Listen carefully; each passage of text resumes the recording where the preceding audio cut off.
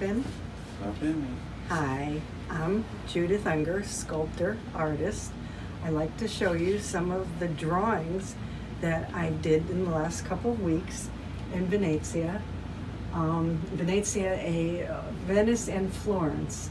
This is a Raffaello, Annunziato, the Annunciation. And Michelangelo, one of the few Michelangelo paintings that are in museums today. And this is the Holy Family. Okay, I'm going to talk about my biennial sculpture, Leda and the Swan, my revision of it, a changing narrative of female existence over time. Leda is part of a series of my sculptures entitled Mythological Images, my revision of the Greek myth Leda and the Swan. Leda and the Swan has been portrayed through the centuries by artists such as Da Vinci, where Leda and the Swan are kissing. It's always bothered me since he attacked her and she would not be kissing the swan, so I did a revision. This is a poem by W.B. Yeats. A sudden blow, the great wings beating still. Above the staggering girl, her thighs caressed. By the dark webs, her nape caught in his bill. He holds her helpless breast upon his breast. My rendering of the myth brings the legend into today's context. It offers a changing narrative of female existence over time. Unlike the story of the ancient Greek myth, the sculpture, Leda and the Swan, transforms herself into a powerful swan who can fight off her attacker and protect herself. My version of Leda pushes toward gender equality. As I sculpted this series, I saw the strong, sensual shape of the swan and the woman become one. A little bit about myself. I studied at Rhode Island School of Design, where I fell in love with sculpture. Clay felt so right, the fluid sensuality in my hands. Sensuality I learned to translate into polished sculpture. I need to draw and sculpt. It is essential to my existence. The sculpture in the biennial is ceramic with 22 karat gold on it. It gets fired a number of times, each time a lower temperature in the kiln.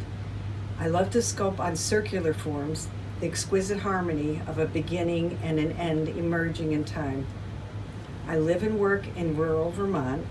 My sculpture has been deeply influenced by my visits to Venice. Venetian color and light so breathtaking, gilded light on land, sky, and water. A painter would need a new vocabulary of paints. My eyes fill with tears of joy each morning.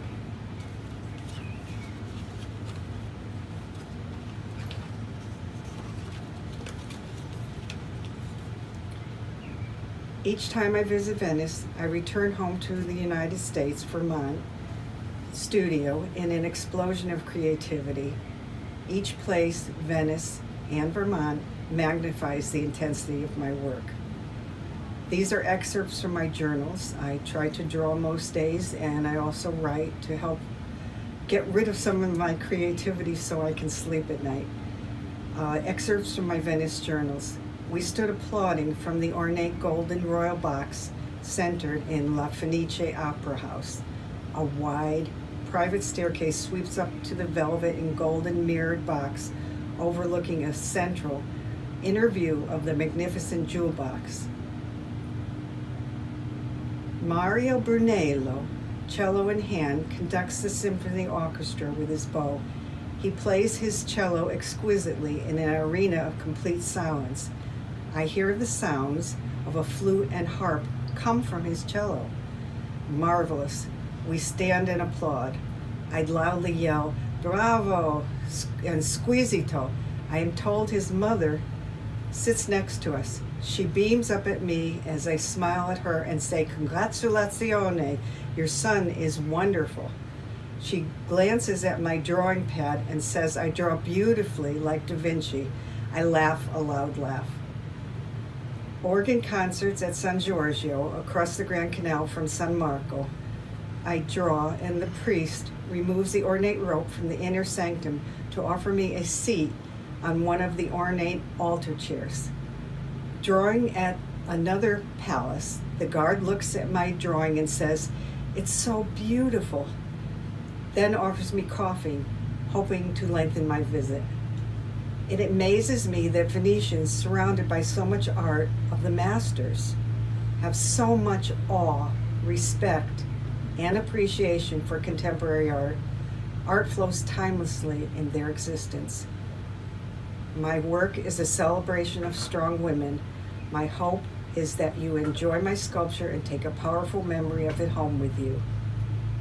Thank you.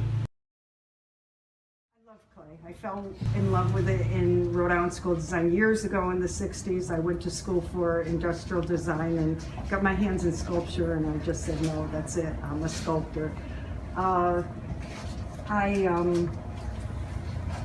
basically try to portray the sensuality of the clay. When the clay is wet, it's an incredible sensual material. I mean, it doesn't act that way afterwards. Your hands get ripped up and everything. But while you're working on it, it's incredibly plastic and sensual.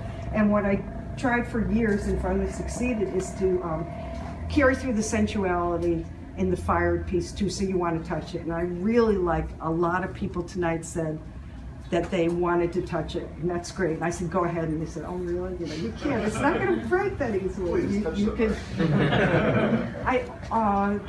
What I've been working on the last couple of years, and I'm in my studio all the time, can't keep out of my studio, do not need motivation. I have 18 pieces already lined up that I want to make, and then there'll be more and more and more, and I'm very, very happy about that. I'm really, I'm very pleased that I am that motivated. I don't have to, push myself in the studio.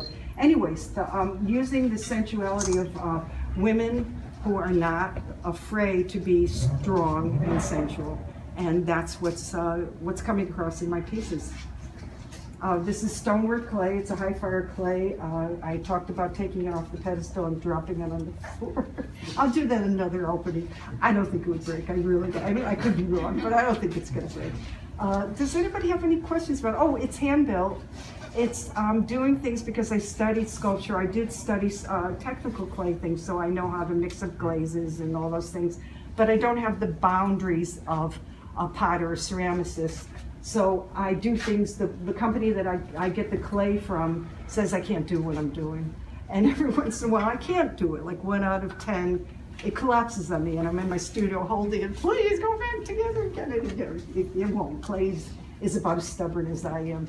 So technically it's difficult, I love it. These things are probably 45 pounds when they are wet. Well, thank you.